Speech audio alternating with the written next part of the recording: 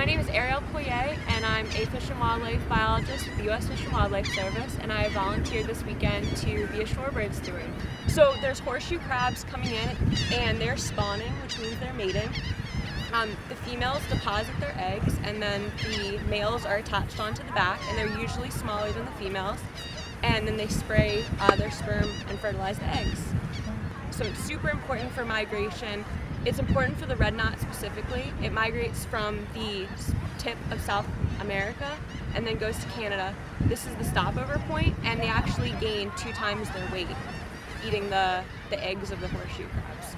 So climate change is causing sea level rise, which is causing the beaches and the tide to come up further, and that's taking away feeding habitat for the red knot. Specifically, that's our main species of concern, although it is affecting, of course, many other species. So that's definitely one thing. And then also the salinity of the water changes with sea level rise.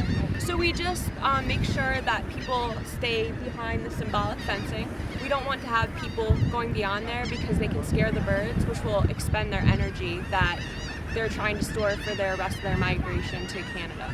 So the best thing a community can do is follow this symbolic fencing. It's really important that we keep people and dogs and things that could disturb them off the beach, because once they start eating the eggs and somebody comes and goes past the symbolic fencing, they could disturb the red knot, and then their energy is then depleted again, and they don't eat again until they get to Canada. So that's one reason. And then also, if they're frequently scared away, they might not be able to eat at all, which will cause them to not be able to complete their migration.